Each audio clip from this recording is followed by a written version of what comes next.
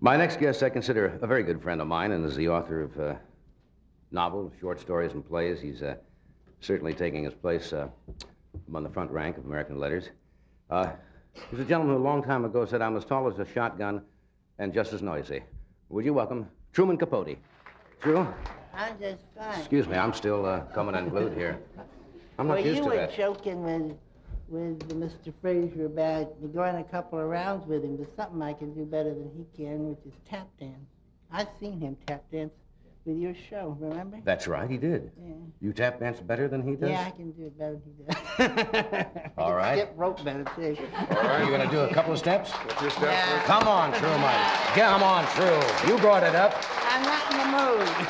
What do you mean you're not in the Another mood? night... Show business is your life. What do you mean you're not in the Another mood? night, we'll have him back and we'll have a tap dance. Oh, I'm gonna put that down. Next time Truman's on the show, we're gonna get the charts and your tap dance. I didn't know you did that.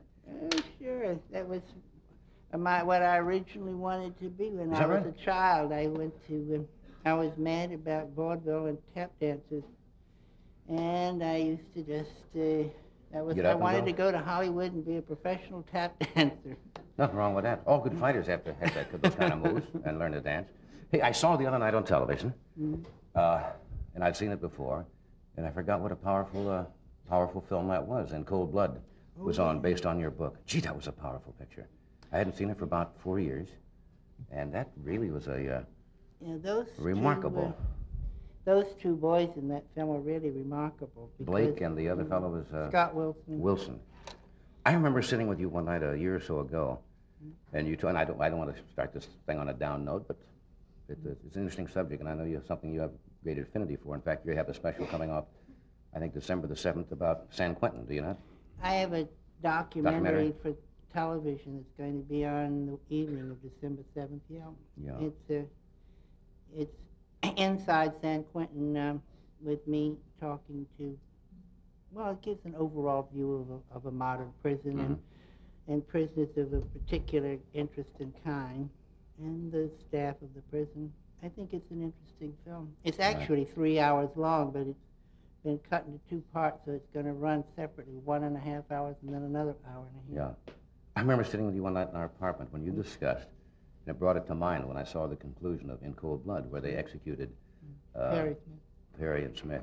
And I remember you sitting there talking about that you had come to know them quite well because you researched this, and I guess it was 4 or 5 years 5 years after the crime in which they were executed, and they asked you to be at that execution. Yeah. And I think if I remember you saying at that time, if anyone would ever witness an execution, whether by hanging, I suppose, and I suppose whether it was in a gas chamber or electric chair, that one would probably not be for capital punishment, no matter how heinous the crime or anything else. Well, I don't think you could be, but I mean, especially by hanging, because it's really, that was a double execution that night, and it took about an hour and a half from the time that the thing started till it was over. And they were on the gallows, each one of them, for over 20 minutes before their hearts stopped beating. I mean, it's really an unbelievably horrendous thing to watch. It must be. Especially, I mean, despite what they did or anything, I had known those two boys really intimately over a period of 5 years, and it was just excruciating to... It would have been whether I'd ever seen them or not. That's not the point. Right. But for somebody that you knew that well, to watch them be executed in that way was very difficult. Those who are against capital punishment, which I know you are, and many, many people are, and there are arguments, of course, pro and con, logical and intelligent arguments, I suppose. But somebody once said, I think it was the pro-capital punishment, said if capital punishment is supposed to serve a purpose as a deterrent, whether it's by hanging, then they should do it out in public, where the public can witness it, if it's supposed to be so terrible. But they don't seem to do that. They seem to do it in the dead of night, and you hire somebody to do it for you. And as long as the people don't have to see it, they seem to be all for it. So it's not a bad argument, saying, well, if this is supposed to, why don't you do it out in the public square, like they used to? Well, of course, I mean, the point is that if they did do it, human nature is so peculiar that really millions of people would watch it and get some sort of vicarious sensation out of it, well, they deserved it. I mean, in 18th century England, there was public executions and people went by the thousands. It was like a holiday, wasn't it? And in the West here, less than 100 years ago, I mean, in the western towns, the hangings were all in public on the square, and people came for hundreds of miles around and turned it into a big, like a county fair.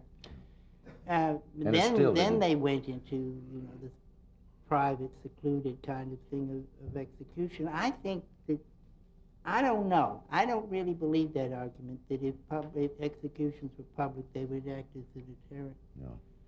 Didn't seem to then, did they? All right. We have to take a break here, but we will be back in just 1 minute after this pause.